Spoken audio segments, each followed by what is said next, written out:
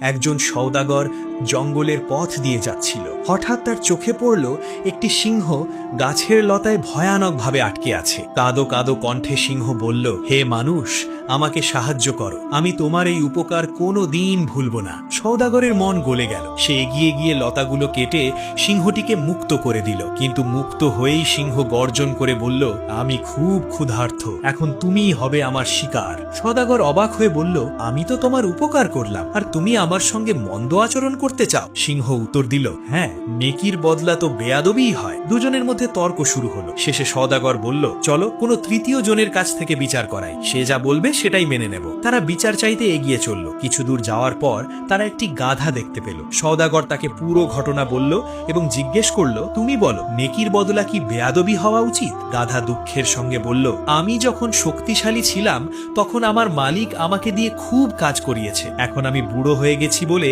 আমাকে তাড়িয়ে দিয়েছে, তাই আমি বলবো নেকির বদলা বেয়াদবিই হয়। এ কথা শুনে সিংহ খুশিতে বলল, ফয়সালা হয়ে গেছে, এবার আমি তোমাকে খাবো। ভয়ে কাঁপতে কাঁপতে সওদাগর বলল, আর একটা বিচার করাই, তারপর তুমি যা চাও করবে। সিংহ রাজি হলো। কিছু দূর গিয়ে তারা একটি ছাগল দেখতে পেল। সওদাগর আবার সব কথা খুলে বলল। ছাগল বলল, যখন আমি দুধ দিতাম তখন সবাই আমাকে আদর করত, এখন দুধ কমে যাওয়ায় আমাকে অবহেলা করা হয়, তাই আমার মতে নেকির বদলা বেয়াদবিই হয়। সিংহ হেসে বলল, দ্বিতীয় বিচারও আমার পক্ষেই, এখন তোমাকে খাওয়াই ন্যায়। সওদাগর শেষবারের মতো অনুরোধ করল, শুধু আর একবার, এক জ্ঞানী মানুষের কাছে বিচার করাই। কিছুক্ষণ ভেবে সিংহ রাজি হলো। তারা এগিয়ে গিয়ে এক দরবেশের কাছে পৌঁছালো। সওদাগর সব ঘটনা খুলে বলল। দরবেশ মুচকি হেসে বললেন, যে জায়গায় সিংহটি আটকে ছিল আমাকে সেখানে নিয়ে চলো। সেখানে গিয়ে দরবেশ বললেন, এখন সিংহটিকে আবার আগের মতো লতায় বেঁধে দাও, যাতে আমি সবটা নিজের চোখে দেখতে পারি। সিংহ আবার আটকে পড়তেই দরবেশ বললেন, থামো, এটাই ন্যায়, যে নেকির বদলা বেয়াদবি করে